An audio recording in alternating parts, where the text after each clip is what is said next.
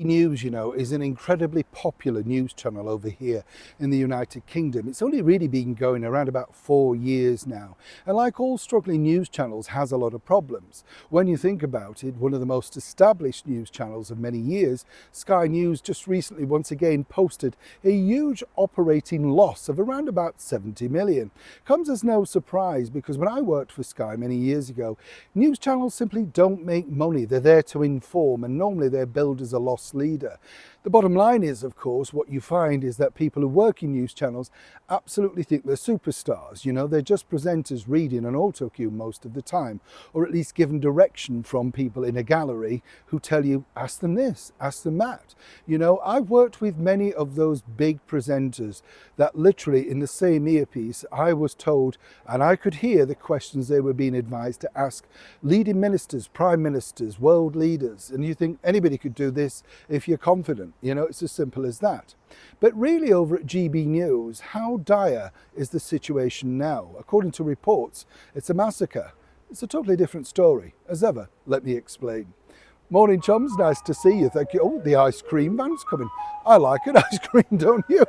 Shall we stop and get one? Well, what do you like? You couldn't make this. You see, at least you know it's live. I'm not... At least you know that I am out on location, because sometimes people say, where are you? This is, of course, real life. Yes, mine's a cornet, I think. Yeah. Is it a cornet, with the chocolate flaking? A few bits. Oh, lovely. No, I bet I'll finish this first. Let's get back to your story. Now, did we have a wave? Sorry, nice to see you. Thank you so much for your time. GB News, yes, the story goes that it's apparently in free fall, all that sort of stuff. Now, GB News used to operate out of my studio in Westminster, right?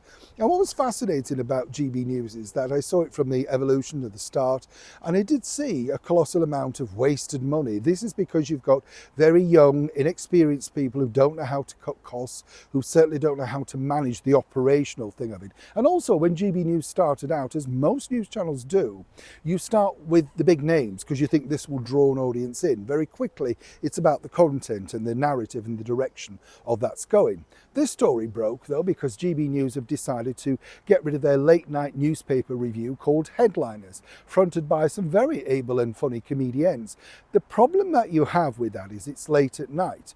And the other side of the coin is that it's very difficult for the comedians to be spiky and funny because of the worries about the likes of Ofcom, right? Because if you say something wrong about a story, it's not free for all. I always think there would be a life for this simply online, because you can say a little bit more lenient stuff. You can be a little bit easier going with that. But the story goes, of course, that they've been bumped because they've decided to replace that with Patrick Christie, the current presenter that works between 9 and 11 each evening, to very successful ratings and, of course, a very successful format previously set up by someone that the channel let go with, right? Now, what's interesting here is people are saying, oh, it's a massacre. No, it isn't. The true story is this. The bottom line is they've got to cut costs. Now, there are 4 comedians, maybe 3 comedians, plus a host on Headliners, plus producer, plus, everybody in the background, the lighting, the cameraman.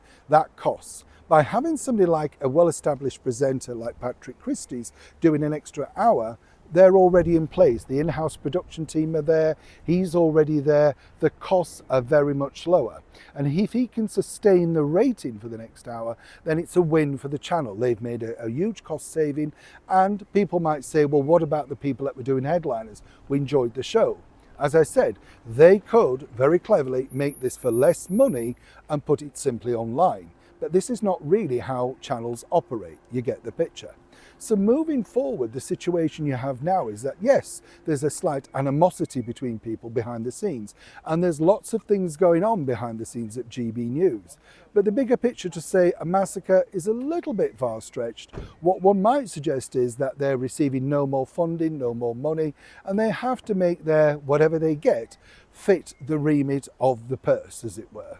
And Patrick Christie, being a very popular presenter so far, well, a lot rests on the laurels of him if he can sustain that audience right through until midnight. If he doesn't, then, like many others, he could go the same way as Headliners. And I know he's popular, and I wouldn't wish that on anybody. But that is the true story behind the scenes of GB News. Neil Sean in the very heart of London.